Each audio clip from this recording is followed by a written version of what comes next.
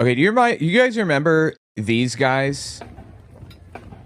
They show up to DC and other places in masks and stuff. And they're like going around doing marches and stuff. They're Nazis. They're actual, like, I mean, they call themselves Nazis. It's not something that I'm trying to insult them with.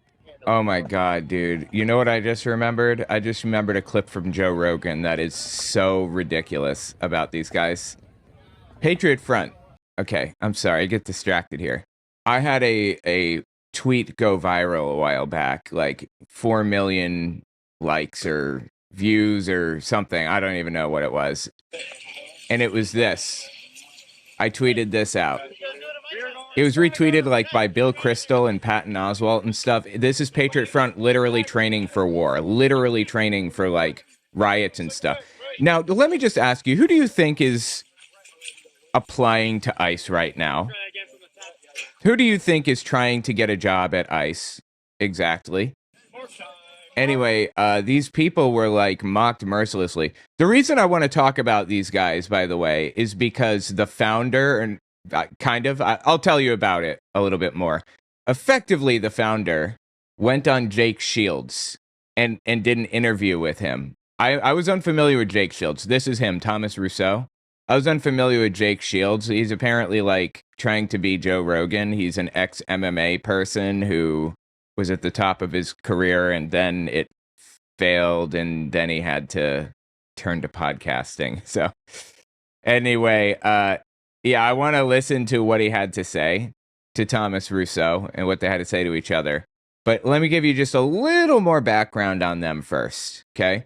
This is their recruitment video from forever ago. Oh, yeah. Before I show you their recruitment video, which I am going to show you, check out what Joe Rogan said about these guys a while back. How come they're all wearing the same clothes? Do that again. What the fuck is this? Have you ever seen anything that looks more like Feds?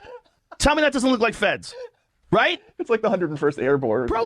This is when he was making his rightward shift. They're very obviously not Feds. They're Nazis who are trying to create a scenario, basically trying to spark a race war is what they're doing. By the way, guys, check out my new shop, owenmorgan.com/shop. I have a bunch of really cool designs on there. Look at this. These guys are all runners. These guys look like they just got out of buds. I mean, look, fuck out of here. They could be real. Right. They could be real. They could be real. Listen, Matt Taibbi, I'm an unreliable source, and I'm a comedian. But looking at that, I'm calling bullshit. Okay, well, he was wrong, of course. It was 100% real. Anyway, check out their recruitment video. By the way, their symbol, this right here, this is the fascist symbol. That's what that is.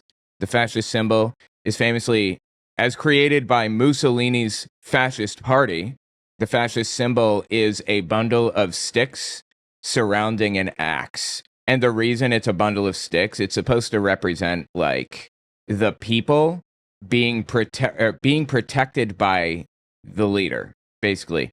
The leader is the axe, and the sticks are the people. And the people are both being protected by the axe and also protecting the axe. That's kind of the idea. So anyway, what we have here is an example of the fascist symbol. It's their little modified version where it's just like one gigantic axe, I guess. But they're fascists. They're self-avowed, open, you know, Hitler-loving fascists, basically.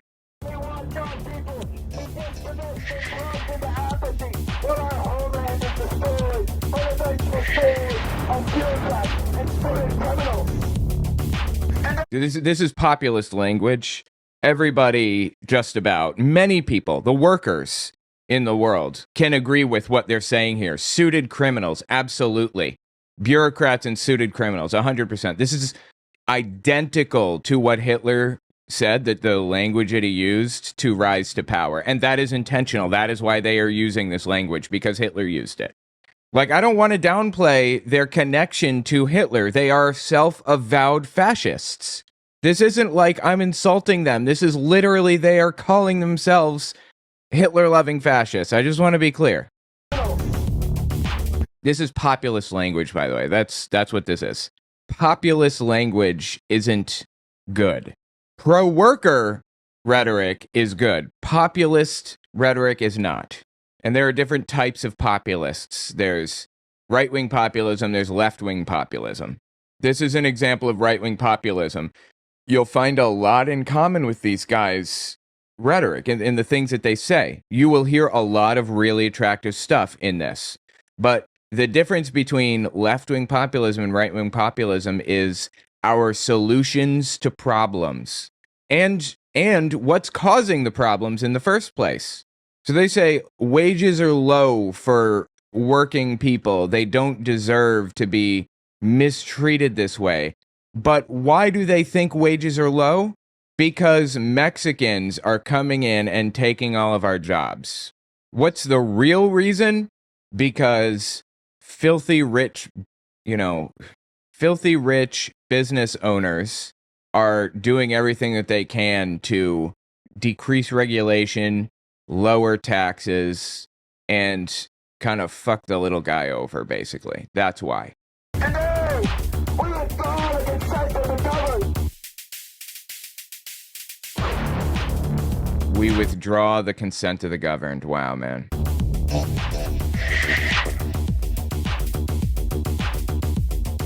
Behind me is Purdue Pharmaceuticals, the slaughterhouse where America's future is budgeted for profits.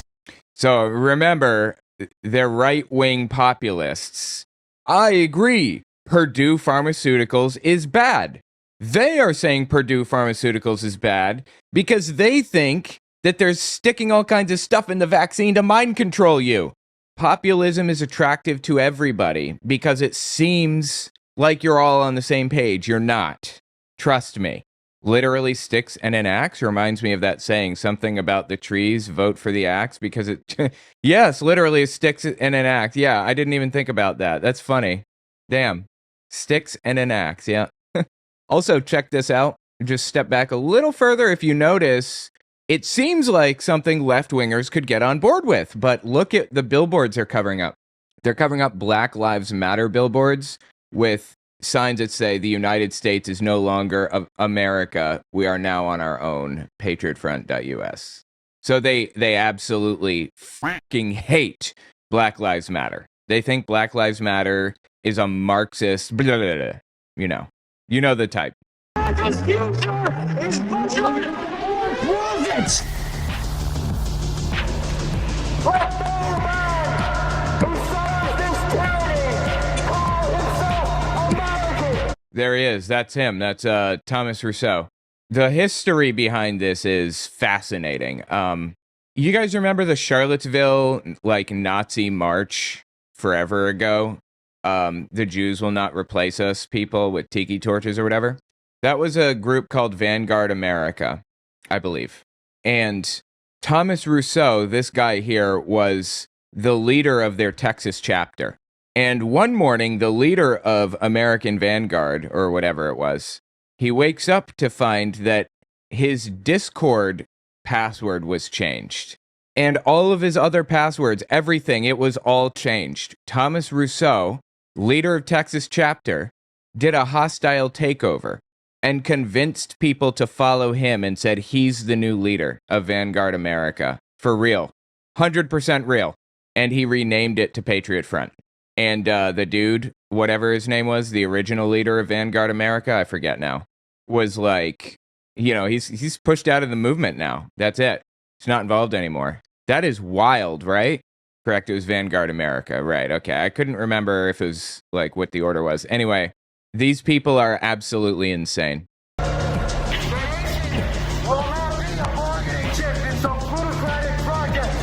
So, something you'll see in a lot of fascist propaganda, you will see rebellious behavior, like spray painting over things and taking over the government, basically. Shows of force, and you'll see fighting. There's always some display of fighting or toughness. So we've seen rebellious behavior. They're spray painting things. Check this out. To be discarded once the plot is over. We demand justice. Shows of force, right? They're showing up in large groups. Those who speak out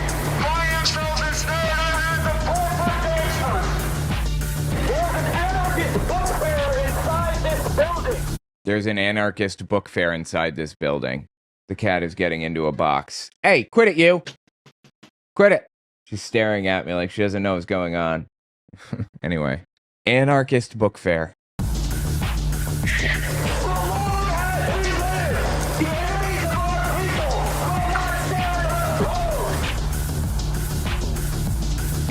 And now we get the displays of toughness. Now they're showing us imagery of them fighting each other.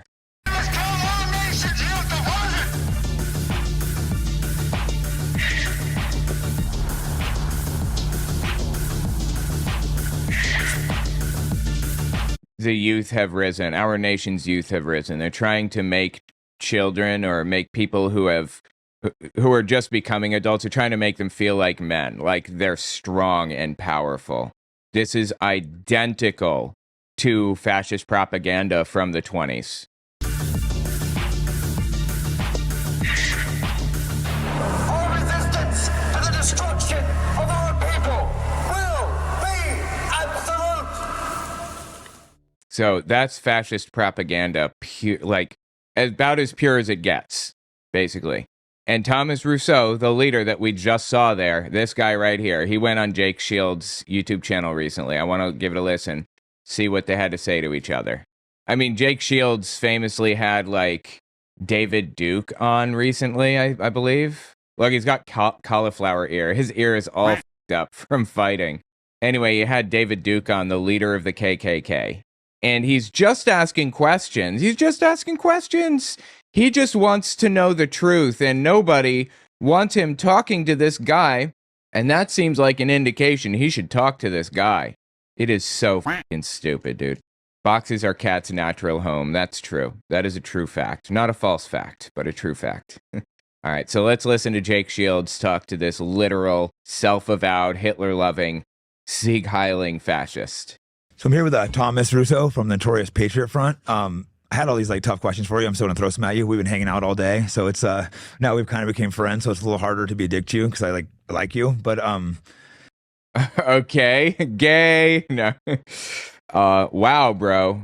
I didn't think that I would ever see a straight dude do that to another straight dude on film like that. All right, cool. Yeah, this will be an interesting interview. So let's just start out with well, we'll get into what we're doing earlier, but let's just start out with What were you doing earlier? Everyone calls you feds, myself included. When I first saw it, I thought, oh, look at these like feds marching because everyone's such good shape, dressed well. So I guess the question, are you a fed? Absolutely Oh, please. not. And you see this statement is made. You know what's fascinating? I mean, think about how they dress now, right? They're dressed exactly like ICE. It's identical. And they were even training with riot gear, remember? Oh, dude, I got to cover this on my main channel again.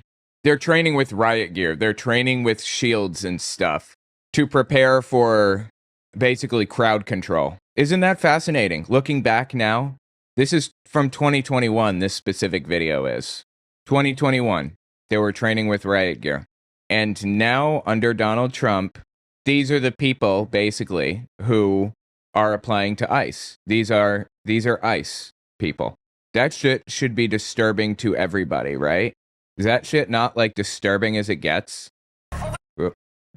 Very often on social media, it's a knee-jerk reaction, and I think in some areas you can argue that it's been seeded. It's been seeded by certain people in the conservative establishment because it benefits them, because they have an ulterior motive for dismissing nationalism, for dismissing a patriotism that recognizes race and ethnicity and the forms of nationality that were believed for hundreds of years in American history. Again, you can start to see that he is, he's openly fascist. Like he loves Hitler, like that kind of shit. And a lot of people just go along with it because they heard somebody else say it. But when you actually dig into it, these people don't have any proof. And it's almost an exhibition of the success of the FBI's efforts in intimidating and instilling paranoia among the political landscape. Because, you hear all these stories about the FBI doing this and the FBI doing that. They even went after Trump for a time. So people think they're this... Oh, they went after Trump. Come on, dude. Omnipotent, they're everywhere and everybody's a fed if you do anything, but there are ways to safely organize. There are ways to be genuine, and I think that... Like, these people will stand outside of Walmarts and pass out, like, fascist flyers, propaganda and stuff. And there was this dude that I was talking to for a while that embedded himself in a Patriot Front cell out of curiosity. He wanted to know. And he said, I'd be willing to beat somebody's ass if it's like another one or whatever, but, you know, I got to draw the line somewhere and I don't know where. And basically my audience told him to get the fuck out of there. Like, it's just not safe. And I totally agree. But Jesus Christ, man, absolutely wild. Paranoia has to be moved past. I agree with you a lot right there. I think there are feds that infiltrate like Yes. 9/11, like January 6th and stuff, but I think Okay, feds and infiltrators like January 6th. Okay, go on. I agree with you a lot right there. I think there are feds that infiltrate like Yes. 9/11, like January 6th and stuff. I love that he slipped up and said 9/11. There were feds and infiltrators on 9/11. Okay.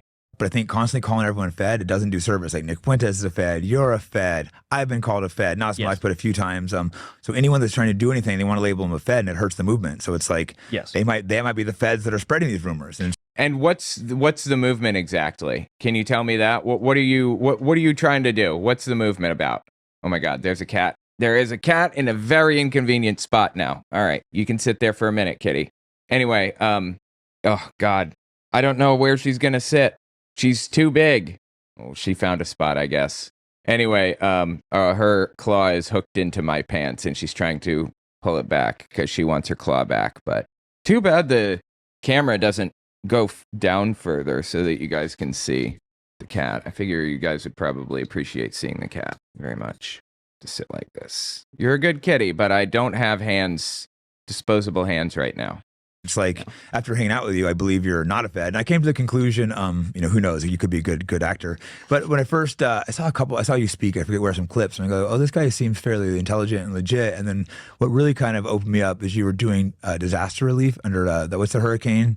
We did it for Hurricane Ian, Hurricane Helene, and Hurricane. They're very organized. Yes, they're a very organized group, and I don't know if they do full disaster relief, but I would bet money that they only do disaster relief for non-Democrats or non-left-wingers. You don't necessarily have to be a right-winger, if I had to guess, but you can't be a Democrat. Jehovah's Witnesses do the same thing. You can't be a non-Jehovah's Witness, or you don't get disaster relief. This cat's tail is in an inconvenient spot. There you go. Oh boy. Okay, well, I moved her tail, and she was excited she was going to get pets because I was touching her tail, and then it went right back up. So, yeah, that was pointless, moving her tail. You still can't see the cat. Wow. Such a good kitty, though. There is a cat. You can verify that at the very least, right? See her? Oh, she's such a good kitty. She loves pets. Yes, it's Meiki. All right, Meiki, I have to continue doing what I was doing. You guys get a glimpse of the cat. Hurricane Milton. Yeah, you're actually out helping people. Yes. You're not just like bitching and whining, and No, that's the disturbing thing. They're not bitching and whining. They're organizing a literal, full-blown, violent resistance against, people to the left of hunting immigrants for sport. Thanks. All right, Meiki, it's time to get down. Sorry. Oh, you're such a good kitty. Yes, you are. Good kitty. All right, hop down. Hop down, good kitty. What? actually out trying to do something and help communities. So like, what's the reasons for doing that? Well, it's simply because it's the right thing to do. And, a lot of our actions, we believe in pushing the right ideas. We believe in civil service. We believe in helping our countrymen, especially in times of need. And when disasters... But fellow countrymen is narrowly defined as white European people, Christian people. Carolina, we've done response to flooding in New England. We've done, responses to tornadoes in Mississippi and Oklahoma when East Palestine had the terrible chemical spill, which made all of the town's water That's Palestine, Ohio. unsafe to drink, and there was crazy fear about what was going on there. We gave supplies. We do charity work whenever we can. And when disaster hasn't stricken an area, when there isn't this great calamity, and we are happy whenever that is the case, we try to uplift our countrymen via our organization, via the education, the community. That's an intelligent decision. Community efforts are very reputation building. It makes you look really good when you do things like that, and that's probably why they're doing it. But again, it only applies to white Anglo-Saxon Protestants, so community building and the personal career housing networking advancement of those within our organization and those close to it. So it's really a matter of we want to serve the nation. That's the cause. That's what patriotism is about. You have to do something. Yeah, no, because the government wasn't doing anything. I saw you doing that. That's when I realized I wanted to speak to you, and I was able to reach out and took a little bit to get your information. But I'm glad you came and did this because I wanted to hear your side of the story. Because it's not fair when everyone. Well, you're actually banned from everything too. You're banned from Twitter, the free speech app. I've had a bank account shut down. We were Such a victim. These guys are such victims, huh? Poor victims. They had their bank account shut down and stuff, or this guy did specifically because he's a terrorist, a literal terrorist. He uses terror to accomplish political goals. He's a terrorist. banned from Rumble, banned from X. Imagine what you have to do to get banned from Rumble and Twitter right now. Really? Pretty much TikTok, Instagram, anything you can imagine. We are incredibly censored. Now your mic is on. I have Alf40 here with me. Hi. Even among platforms who claim to be about free speech, it is a very vicious censorship because it is paired with the slander campaign of the Fed accusation. It's like a court case where one side is absent, and everybody else just hears Fed, and when we come in and try to say, hey, here's the proof, here's what we really do, here's what we're about, then it's the institutions which. I mean, I don't need to. You're not telling me information I don't know. I just think you're fucking vile. I mean, hecking vile anyway. You're vile. The things that you do is evil and vile and disgusting. And he's trying to build his reputation by doing like community outreach to communities that need help. What did he do? Like that got him banned from all of these websites. I don't know. So how do you get banned from Twitter? That's like or X. That's the one place it's basically impossible to get banned from. Leader of Patriot Front was banned from Twitter. Let's find out. I actually uploaded their recruitment video that I showed earlier. I uploaded it to my YouTube channel so that I could transfer it to another system because I was covering it. But it was just uploaded to YouTube raw, not public. It was private. It was just uploaded raw, and I got a community guidelines strike for violent propaganda or something. Really? Yeah. Someone said being too woke will get you banned from Twitter, but I don't think that's this guy's problem. No. Let's see. What guidelines does Twitter have? Sorry. They do have a lot of guidelines, actually. They just don't enforce any of them, usually. Mm-hmm. But Kanye West, for example, he was banned from the twit. Really? Yeah. He was unbanned, and then he said some crazy thing. I don't remember what. Something about killing Jews or something. Oh.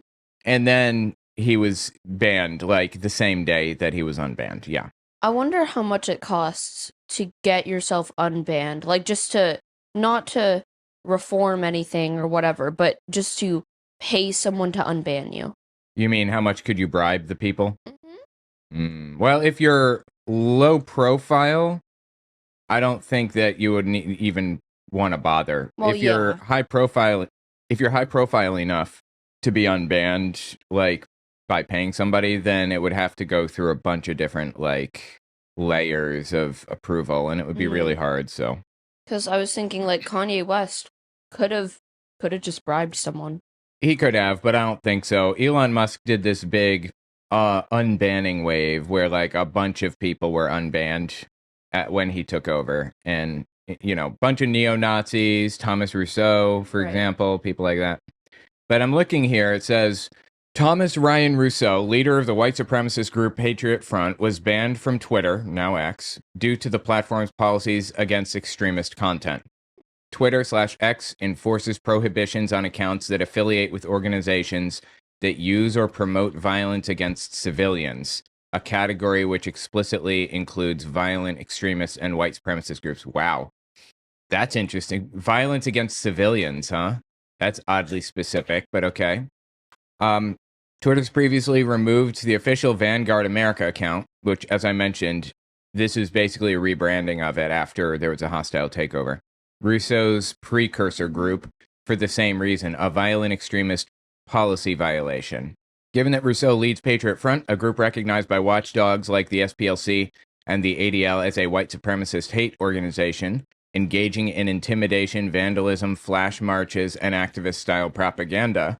His personal Twitter account was also permanently suspended to curb recruitment, coordination, and extremist messaging. Fascinating. There you go. Violence up. All right, there's a lot more I want to say about this group, but I'll talk about it as we go.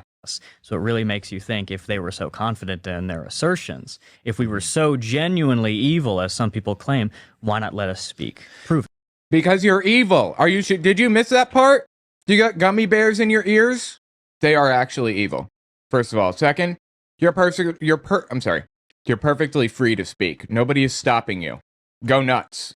But you don't have a right to my platform, for example. You want to spread your fascist propaganda? Start your own website. Start your own forum. Stand out there on the street corner and scream about it. You don't have a right to come on my channel to spread your nonsense. And then if I don't let you on my channel, you start complaining about it, give it a rest. That's identical to what's happening with him and Twitter. Mm-hmm. Twitter is somebody's platform. He doesn't have a right to someone else's platform. I'm not crying about being persecuted because Fox News is not inviting me on to act as an anchor. That's not persecution. That's them just having a platform that they can make decisions for. If I want to spread my message, I have to create my own platform. And I did. He can do it too. You're not being censored. In addition to all of that, I don't know where he got the idea that only dangerous people are allowed to speak. Like, what are you talking about? I don't know. What did that even mean? If we're so dangerous, let us speak. It seems like those are the people you would want to speak the least, right? I mean, logically, even if you're... I'm not saying that I'm anti-free speech or something. I'm just saying, like, logically, philosophically, those would be the people that anti-free speech people would want to censor the most, right? If we were so genuinely evil as some people claim, why not let us speak? Prove it. Yeah, I'm a huge believer in free speech, and that's why I decided to speak to David Duke, and I had a huge backlash from that. So I actually didn't announce that I was talking to you beforehand because I got such a backlash, including from some of my friends trying to talk. Oh my God. Well, I don't have a problem with him talking to this guy, to Thomas Rousseau. I don't have a problem with him talking to David Duke. You know what my problem is? The fact that he's offering no pushback. In fact, he's literally agreeing with him. It's a big agree fest over here. If you talked to David Duke and you offered any resistance whatsoever, I will take anything, it would be different. Talk me out of that, and it's like, how are you going to say you believe in free speech and not let guys like speak and hear what you actually have to say? But that's not what's happening, though. First of all, and that's not freedom of speech. Freedom of speech is protection from government censorship. You're talking about free expression, and people don't have a right to other people's platforms. That's just what it is.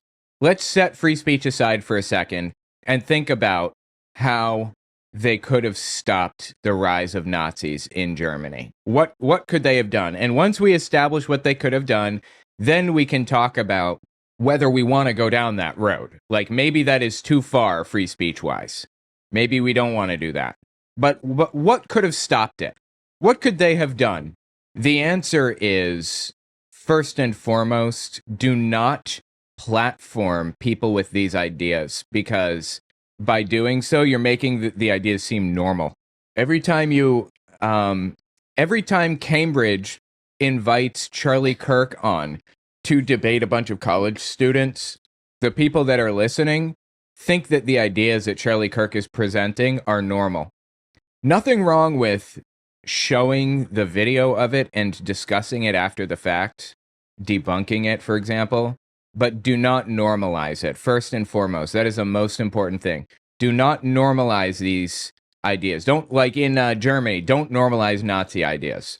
What he's doing here, if he had invited Thomas Rousseau on to debate, like a hard debate where they disagree with each other, that would be contributing to the rise of the Nazi ideology that he's spreading, simply because you're debating it and validating the ideas by doing so. But he's not even doing just that. He's agreeing with the things that he says. So, free speech aside, this is damaging society terribly. And we have to, I don't think the government should come in and ban any of this stuff or whatever, but people should absolutely, like me, Jake Shields, be very careful about who they bring on to debate and whose ideas they validate by doing so. Anyway, let's keep listening. To say, not say what you have to say and what your views are. And I just think it's completely wrong not to give you a voice. Absolutely. And He has a voice. Who told you he doesn't have a voice? He's the leader of Patriot Front. And what we need in the country to actually establish the truth is the freedom to speak that truth. And a big You have the freedom to speak the truth. Oh my God. He's speaking right now, by the way. You are literally speaking to an audience. What do you mean you're not allowed to speak the truth? They're such victims all the time. reason why the organization does so much public activism. You know, everybody has an opinion on our marches, but Reputation, as I said. they fail to realize that our marches are engineered to be spectacles that everybody is then compelled to have an opinion on. Yeah. And people say, oh, what is this doing? What is this doing? It's getting you talking about it, because I can't post on Twitter and get 30 million views. If, you know, the algorithms were made equal and free speech was actually practiced, then maybe I could. Maybe I could just have a video of me talking and we could get that kind of audience. Because our message is interesting, our message is compelling, our message is something which people are genuinely interested in, but we have to create a newsworthy event to get through that. Yeah. That's what we do with activism, where we have to meet people in the street, in the landscape, networking through people who know other folk. They are very good propagandists. I will give them that. They are absolutely very good propagandists. Now, let me tell you where the term Patriot Front came from. Rwanda in the 90s, there are two tribes. There's the Hutu tribe and the Tutsi tribe, right? Hutu are shorter, stockier, darker skin. Tutsi are taller, smaller, lighter skin. When the British colonized the area, they saw the Tutsi tribe and they said, these guys look a lot like us, having lighter skin. And they put them in positions of authority. They gave them positions of power, and they dominated the Hutu tribe terribly. The Hutu got really sick of it and really, really unhappy with what was happening, and it built up to a point where they eventually planned and executed a full-blown genocide against the Tutsi. They got on the radio, on one of the radio shows, and they said, it's time to cut the tall trees, quote unquote. That was the moment that it started. And they went door to door with machetes and guns, and they offered to let people purchase a bullet from them. And if they didn't have the money to purchase a bullet, then they got the machete. It was a deeply horrific, ugly moment in history, and the United States and every other country in the world, including Britain, who was responsible for this in large part, stepped back and waited and watched for 100 days. They just watched this play out. When the British saw this coming, they were responsible for this because they forced them to put their tribe on their driver's licenses. So they had records of who was Hutu and who was Tutsi. And Twi was the other one, I think, or Twa or something. The British see this coming and they back out, they leave. And the Hutu invade the centers and get their hands on the records.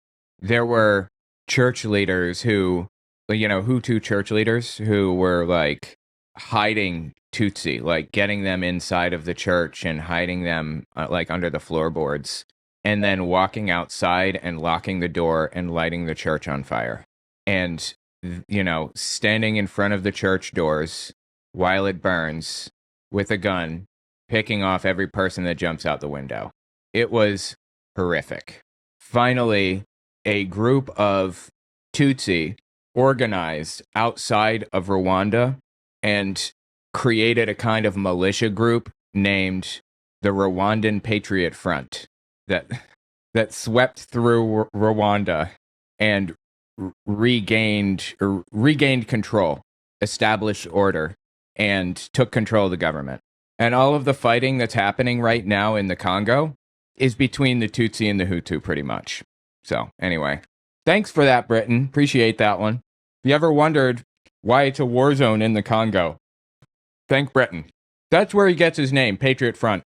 He believes that, the Rwandan genocide was unique in that it was the richer, more powerful minority that was being literally genocided. Usually it's weaker minorities being genocided. Thomas Rousseau believes that white Europeans are in the middle of a genocide right now, and that he needs to sweep in and save them. And that's why he named the group Patriot Front. And we've been doing that with jiu-jitsu. We've been doing that through boxing. We'll do that later. Yeah, we trained and stuff earlier. Oh, the TWA. TWA is the third group. Thank you. Folks, and we've been doing that with jiu-jitsu. We've been doing that through boxing. We'll do that later. Yeah, we trained and stuff earlier. Absolutely. We'll do that right now. Actually, why not? It's For sure. Yeah. We just came from really surprising. He asked me, "Hey, can I bring my guys to work out with you? You know, world championship fighter." We didn't roll hard, but we were doing a bunch of technique, and some of the guys actually did train with me. Like went with some of the guys, and they're some of the Patriot Front guys. Is that what he's saying? Holy Christ on a cracker! pretty good. The guys train with, you know, they're like actually like decent. Everyone's fit and shape, and that's something that, like I said, we got something we disagree with. We'll get into that later. But the fact that you push being in shape, you push healthy diet, absolutely, yeah, like I mean, they're trying to literally create a militant group. It is a militant group. Of course, they're in shape, quote unquote. no fat people in your place, and it's like you see some of these guys, they're nationalists and stuff, and they come in, they're out of shape, their own lives aren't in order, and you're pushing on these guys from the bottom up. You have to build yourselves up. And Talk about Goring, right? Goring was famous for being very fat. Do you know Goring? No. Goring was Hitler's number 2. He was supposed to take control of Germany if Hitler was like killed or if he died or whatever. And he was like really, really fat. He was gigantic. He was so big. This is a piece of wartime propaganda that I'm going to say it anyway because it's funny. He was so big that when they captured him and they were going to bring him to the Nuremberg trials at the end of the war, they had to get a bigger plane because the one that was picking him up wouldn't fit him. He wasn't actually that. He was probably 400 pounds. He wasn't like, you know. Okay, that's still pretty big. It is big, but it's not like literally round. Like we've seen literally round people, right? Anyway, especially in West Virginia. Anyway, shot across the bow for West Virginia.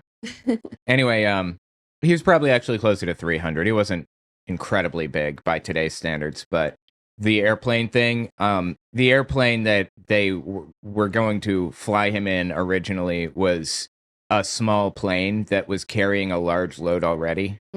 And so they he just couldn't fit, not because he was too big, although that was probably a part of it, but they spread that as wartime propaganda to destroy his reputation. So they couldn't add an extra large load? No. So anyway, yeah, they definitely did have to get a new plane, but that's Goring. And he was also very effeminate, famously. I'm getting off on a Goring tangent here. We'll continue. People say that he was trans. I don't believe that he was. A trans woman or a trans man? Trans woman. He was assigned male at birth, and he presented as a man all the time, but the clothing that he wore was very feminine a lot of the time. Let me just hear. There's a really famous effeminate picture. Well, let me see if I can find it. Yeah, look. Oh, yeah, and people made fun of him for it, too, like Disney. That's so great. Yeah, that's Goring, and he's wearing... It's actually... they don't pronounce R's the same way. They pronounce them like British R's. Like... Barely pronounce R's. Right. They say ah instead of r, right? And that's how Germany does it generally. Although it's more like or like that for their R. So it's, and the O actually has an umlaut above it. It's two little dots. I typed That's the little face. Yes, it's the umlaut. So yeah, that's a pretty good. You just hold the O in and it pops up. I don't know if you knew that. I didn't. I Anyway. haven't had a need for it. It's probably pronounced Girling, like that. Something close to it. Girling. And Goebbels. To be more phonetically correct as an American, it would probably be more accurate to say Goering and Gables. Gables. Yeah, probably closer. But anyway, there you go. To get off on a little tangent there, this is what he actually looked like. Oh, he's not that bad. He did what we call suitcasing in the in the criminal world. You know what? No. Okay. I'm not a criminal, sorry. All right, let me just put it this way. When he was captured and brought to the Nuremberg trials, I think you told me about him. he checked out the night before he was going to be executed. He checked out, and everyone's like, where did he keep the cyanide capsule? The answer is he kept it in the only pocket no one wanted to search. He suitcased it. That's what they call it in prison today. Suitcasing it. How did?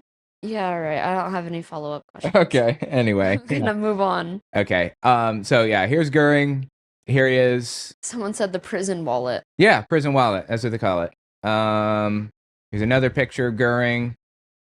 I feel like He just wanted power over anything. I don't think he, here you go. This is a really good shot of him in his weight. a lot of very evil people just want power. That's like they're not. That's true, but like Hitler was a true believer. Yeah, well, Hitler's also crazy, so. He was a true believer. I don't think that Goering was a true believer. Maybe he was. Maybe he was a true believer, but he just cared about power over anything else. He famously got, like, the beer hall putsch. There was a coup attempt on the German government in 1923 that Hitler led, and Goering was there leading it with him. And he famously got shot in a very sensitive and important part of his body. Mm-hmm. He got shot in. I'm gonna come up with a good euphemism here. I'm trying to think of a good one that's monetizer safe. He got shot in the carrot. I guess we'll go with that one. And there was suspicion that maybe his kid wasn't even his because they didn't know if he could even have a kid after having been shot there. But yeah, it was his kid. Anyway, sorry, go off on a Goering tangent there, but World War II is such a fascinating kind of area of study to me. Mm-hmm. And you're pushing on these guys from the bottom up. You have to build yourselves up. And Absolutely. That's the thing that I do really like about your group. Yeah. Oh yeah, I was saying that Goering was completely out of shape. Completely. He was referencing, right. Yeah, he was. So Nazis were encouraged to be in shape, but Goering was not in shape at all. And yeah, I guess you don't have to be manly is the point necessarily, but fascism definitely rewards manliness. You can join the organization, eating poorly and being out of shape and maybe being lesser read and lesser traveled, but you can't stay that way. Because the organization has constantly a pressure to succeed, a pressure to be better, because that was the standard in American society. Yes. We had communities, whether you were in a church group, you're in a civil organization, you're in a union, you're in a fraternity, something. Everybody used to be connected, or just strong families. Yeah, that's true. And I think that we should definitely get back to that. Unions or something, anything, fraternities, whatever. I've heard good things about Freemasons, actually. But I don't know. I understand that they're like men only, so there's that. That's not great. But there are some women inclusive like Freemason groups. I don't know. We really need to get more connected in the United States for sure. Our families have been decimated, so that pressure to succeed and be better. Yeah, the salami. The salami got shot. There you go. Or the bologna. Left with an angry inch is really funny. Yeah, left with an angry inch is good. Welcome, Nerkle. Took one in the giblets.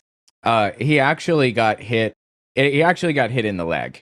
It says in the groin, quote unquote. That's what all of the medical literature said at the time. He was shot in the groin, and he got addicted to morphine because he, suffered so much from that.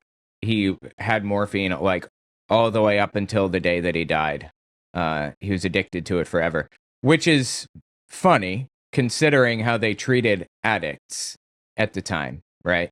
Mm. Addiction was like seriously deeply frowned upon. You were like, you did not deserve to live if you were an addict. But, it's the same as Goebbels, who had a bum leg, I guess you'd call it. It was basically like he was, I think he had polio as a child, and he limped. And if he had not been Goebbels, he would have been killed as a child. But, he was influential as he hit it, and he was influential and everything else. And so He had polio and it didn't paralyze him forever for the rest of his life. it fully. paralyzed his leg. Just one? Yeah, just one of the legs. And yeah, he really lucked out with it. He didn't have to stay in a wheelchair. He just limped. Mm. Goebbels did. Interesting. And Yeah, so since we're going through all the ways in which Hitler's inner circle did not match up with the, the picture of manliness, Hitler was also addicted to meth, effectively, for like his entire life, or all the way from the time he took control of the Third Reich until the day he died. For the most part, he was addicted to meth and a variety of other things. It was a medicine called Pervitin, and it was effectively methamphetamine. Mm. And it was really, really popular. It was over the counter there in Germany through the 20s and the 30s. And that's where a lot of our research on how meth affects the human brain comes from, because they were giving Pervitin, this OTC medicine, to the military as well. Nazis eventually went on to view it as degenerate behavior to take drugs, even Pervitin. So they banned it. It was illegal when Nazis took over in the 30s, but Hitler still took it, and so did the military. And I hear you thinking, like, it seems like a methed out soldier would be way more dangerous and competent and capable than a non-methed out soldier, right? It turns out that basically your brain, you make just as many mistakes when you're taking meth as you would if you were not taking meth. So if you stay up for 2 days and you're using meth to stay awake, and you feel like you feel like you feel like you just woke up because you took meth. You're feeling great. Your brain is still going to make the same number of mistakes as it would have if you were up for 2 days without meth. So it doesn't actually help you. It helps morale. It helps you feel better, but you're useless as a soldier, or as a painter, or as an anything if you take meth. It does not help you, contrary to popular belief. Anyway, sorry, I'm getting off on tangents. I'm just super fascinated by it.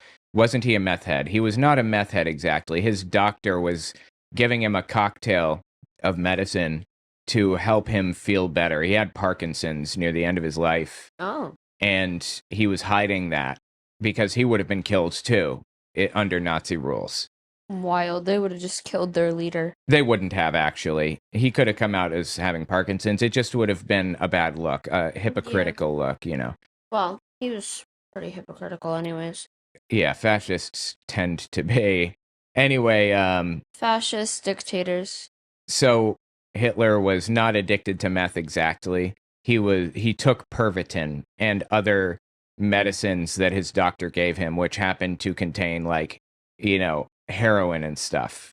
He just took a ton of medicines, but he did it in a semi-legitimate way. So, yeah. Anyway, back to this. There are standards. Standards are missing. Everybody's atomized. So one of the biggest things that we do for the men of the organization, they join and they have... Atomized is a really fascinating choice of words there. I'll get back to that in a second. Everybody's atomized. So one of the biggest things that we do for the men of the organization, they join and they have standards. They have somebody looking over them. They have somebody looking next to them. They have somebody working with them to say, how can you be better? Maybe you need to read more books. Maybe you need to work out more. Maybe you need to discipline, martial arts. Maybe you need to be, even if it's something as simple as guy gaining confidence so they can, get a wife and children, right? We need people who are invested in the country and extremely viable socially, because that's how we can build up a constituency, which can then lean on the political system and create change eventually electorally, because the electoral game is often a reflection. You get the politicians you deserve, right? And because people are so easily fooled, people are so atomized, and people are so uninformed and misinformed in many cases, that you have politicians who can take advantage of that. Look at his patches. Remember the Alamo, some weird alligator patch, American Nation. I wonder what these other things say. Boy Scouts of America, Eagle Scout. Dude was an Eagle Scout. Wow. Do you know what an Eagle Scout is? I do, actually. That's crazy. I wanted to be a Girl Scout when I was little. I don't know. I knew a guy that was an Eagle Scout, and it's like looked on as a, an honor to be an Eagle Scout. I understand it's like the adult version of Boy Scouts, and it looks like really good on a resume, I believe. Fascinating. And it's really hard to get. Really? Yeah. Really difficult to get. You can't just go in and get it. He also has Texas, I think that is. And he has the 13, like the original American flag. Is that what that is? The original American flag? Yeah, the 13 Okay. stars for the 13 colonies. Yeah, interesting. What else is on there? I can't tell. Let me see if we What's on can. his And right there's arm? some good people saying some remember the good things album. here and there, but I can't tell what the others are. I was hoping to get like a closer shot of them, who but can take advantage of that? I mean, all of these patches are here intentionally. He came on this gigantic like platform for a reason. He wanted to show all of these patches. People are very intentional when they wear things, knowing that others are going to see them. You don't, well, okay. Most people aren't gonna go on camera, go on a podcast, whatever, and wear like full pajamas, for Right? example. That's true, I suppose. And he's going on a podcast to discuss his, what is it, his belief, his, whatever the Patriot thing is. Patriot Front. Yeah, he's going on to express that. So he's gonna wear outfits and wear things that tell people what kind of person he is. So he wore that entire jacket with all of those patches super intentionally to express his beliefs. That's true.